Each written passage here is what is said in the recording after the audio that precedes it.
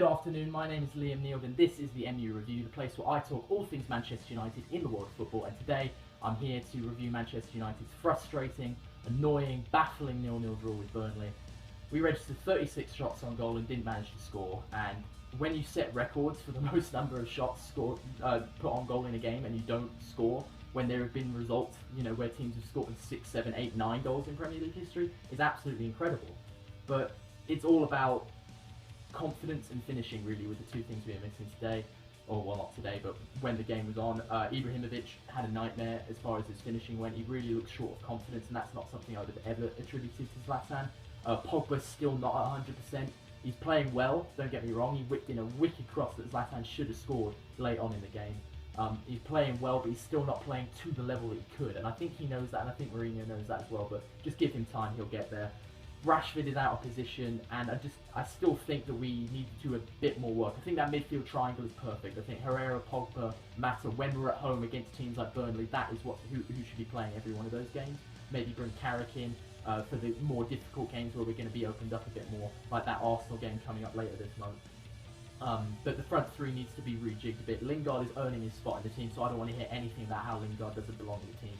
Zlatan, the centre forward and the left wing position are the ones that are really concerning me, because I don't necessarily think Zlatan should be the first name on the team sheet without question. I think Rashford should be pushing him, if not Rashford, Martial, but I think those are the three players who can play in those two positions: Zlatan, Martial and Rashford. And obviously Zlatan can only play centre forward, whereas Martial can play both, and in my opinion Rashford can only play centre forward. So for me, the real decision isn't between Rashford and Martial, it's between Zlatan and Rashford. I think Martial should be the one who's starting, because he's the left winger of those three. He's the one who plays that position best.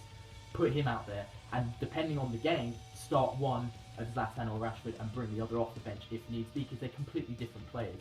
Zlatan is all about getting the ball in his feet, taking pot shots from distance, heading the ball, being powerful, and scoring goals when he's in the box. Rashford is always all about pace, beating a man, and his finishing, and I think that those are two players who don't need to be in the starting 11 together. Yes, they're both good, fantastic players, but I think you need to pick one depending on the game. I think Martial's the one who should be in the lineup every single week. But that's my opinion. I'm not Jose Mourinho. Speaking of Jose Mourinho, very immature of him to get himself sent to the stands. It's happened before, and you're sort of thinking, what do you expect to happen if you do it again? Who are you helping by getting yourself sent to the stand? Yes, the referee made a bad choice with the penalty, he should have given it, but let it go. You're playing Burnley at home, you're by far the better team, just go back to the dressing room, be calm, calm your players down, let them know, hey, just keep doing that for 45 more minutes and you'll win comfortably. But by getting yourself sent off, you're setting them up, you're setting your players up to believe that it's not going to be their day. And any time that you put that attitude into a player's head, it becomes reality. It's a self-fulfilling prophecy to say that the referee's against us because we lost that penalty.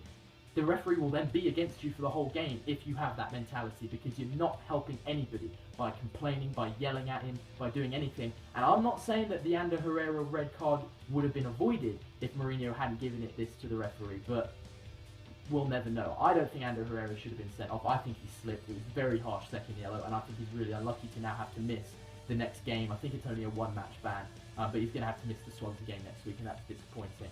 But maybe that's why Schweinsteiger's back in first team training, to bring us that kind of calm level-headedness, that winning mentality that the team needs, because we've got a lot of talent in the team, but we don't have those experienced heads. I was hoping Zlatan would be that man. I was hoping Carrick and Rooney would be those players, but Carrick isn't playing enough. Rooney's not the player he used to be, and Zlatan's out of form, so we need somebody else. And I like the idea that Mourinho has noticed that and has brought Bastian back into the team to bring us that kind of mentality. We've got a very young squad, a very promising group of players coming through, and we need to gel them together with the experienced folks, because then we will have a recipe very similar to the recipe we had in the late 90s, where we won everything under the sun. So I do think that we're going to come good this season. I would be absolutely mortified if we didn't finish top 4, but I'm not, even with us being in 8th place now behind Watford, I'm not concerned about us not finishing top 4. I'm still not even that concerned about us not winning the title. I think we're still going to challenge. But we do need to get things right, and we need to win games like this. So we need to buck up, we need to get our heads down in training, and we need to change our mentality. We need to make sure that we go into games remembering who we are, remembering how good we are.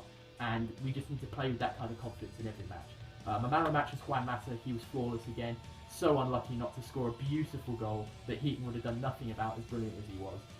So I've got to give my man of the match to him with the armband. So much for Jose Mourinho hating him, am I right?